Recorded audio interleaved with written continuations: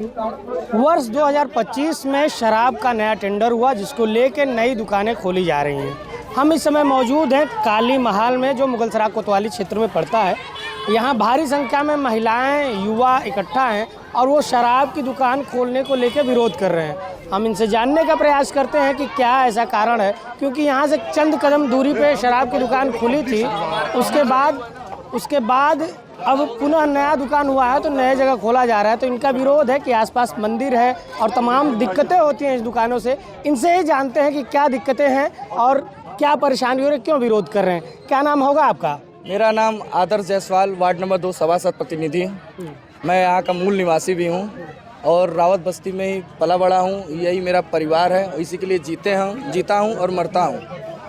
और कुछ दिन पहले दारू का सरकार के हिसाब से टेंडर हुआ था, तो टेंडर होने के मुताबिक यहाँ का दुकान निकला लक्ष्मण जायसवाल जी का, जो दुकान का नाम है सरिता यादव जी के नाम से। जो अलॉटमेंट हुआ है काली महाल चतुर्भुजपुर में, जो कि खुल रहा है दबंगई जोर जरदार से ज़बरदस्ती करके काली महल रावत बस्ती में। सरकार से मेरी यही डिमांड है, डीएम साहब से मेरी यही डिमांड है कि वो आके जांच करके दुकान का अलॉटमेंट कहाँ है और खुल कहाँ रहा है। और मेन बात क्या है कि ये घनी आबादी है और मजदूर वर्ग के लेबर वर्ग यहाँ रहते हैं। 400-500 रोज़ कमाने वाले हैं, 300-400 का रोज़ दारू ही वो पी जाएंगे। और यहाँ पे मेन बात कंपोजिट दुकान खुला है, पूरे मॉडल साहब की तरफ पिलाने खिलाने पूरी व्यवस्था के साथ हम लोग को पता चला है। तो इसीलिए हम लोगों ने 10 दिन पहले कोतवाल साहब को करीब 200 के सिग्नेचर और 200 के संख्या में रैली के साथ कोतवाली पे जाके हम लोगों ने एक पत्रक दिया था, ज्ञापन। कोतवाल साहब ने आश्वासन दिया था मैं इसकी जाँच कराऊँगा। 3 दिन पहले हम लोग डीएम साहब के पास गए, उन्होंने भी आश्वासन दिया कि मैं इसकी जाँच कराऊँगा। हम लोगों ने माननीय विधायक रमेश जायसवाल जी 380 विधानसभा, उनके पास भी हम लोगों ने गया, वो भी आश्वासन दिए कि मैं डीएम साहब को पत्र लिखता हूं। और स्वयं आके मौके की जांच भी किया विधायक जी ने हमारे। तो उन्होंने कहा कि 2 बगल मंदिर है, 20-20 मीटर में 2 मंदिर है, काली महल चौराहे पे एक रावत बस्ती में मंदिर है, और 2 इमाम चौक है जो 20-20 मीटर 10-10 मीटर की दूरी पे है, और एक मीनारा मस्जिद है जो 60 मीटर की दूरी पे है, एक सरकारी स्कूल है पीछे जो 30 मीटर की दूरी पे है, एक सरकारी कोचिंग है, मतलब कोचिंग सेंटर है 4-5, एक लाइब्रेरी है, और बहुत घनी आबादी है, मुस्लिम आबादी है, और एक बगल में हॉस्पिटल भी है। इसी को देखते हुए हम लोगों का ये विरोध है कि यहाँ दुकान नहीं खुलना चाहिए। अगर यहाँ जब तक दुकान कोई सरकार आके हम लोग को आश्वासन, कोई अधिकारी हम लोग को आश्वासन नहीं देता है, तब तक हम लोग यहाँ बैठे रहेंगे, रात दिन बैठे रहेंगे, लेकिन दुकान किसी भी कीमत पे नहीं खुलने देंगे।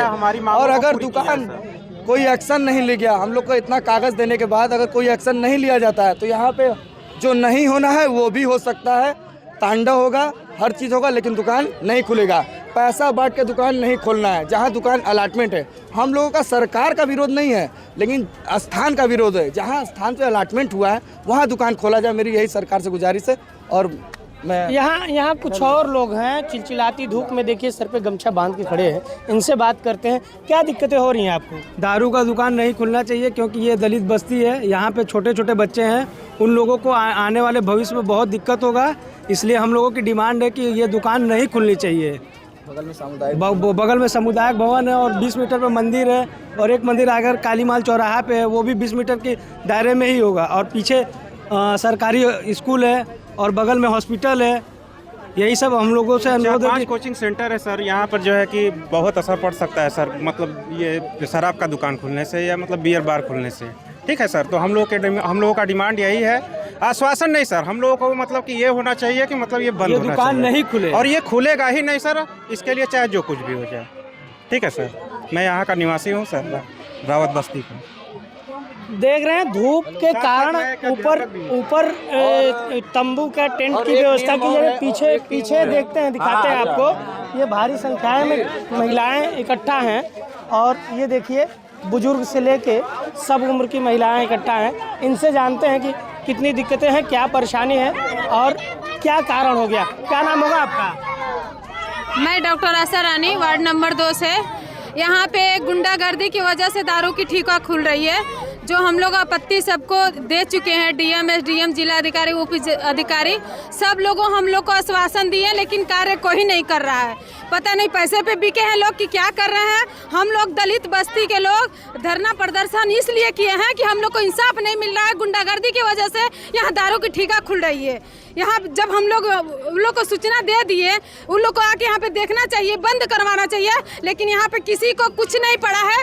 दलित बस्ती चाहे कुछ भी करे, इसलिए हम लोग यहाँ पे धरना पे बैठे हैं और यहाँ के जिला अधिकारी डीएम जिनको सूचना दी गई है यहाँ पे आए और यहाँ दारू का ठेका बंद करवाए। यहाँ पे हम लोग जब तक उठेंगे नहीं जब तक ये बंद नहीं होगा।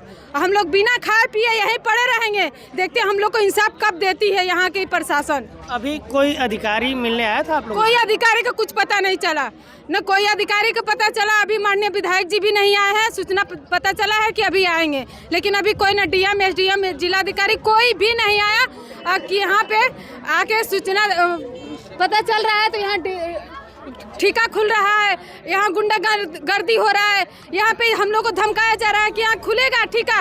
देखते हैं कौन रोकता है।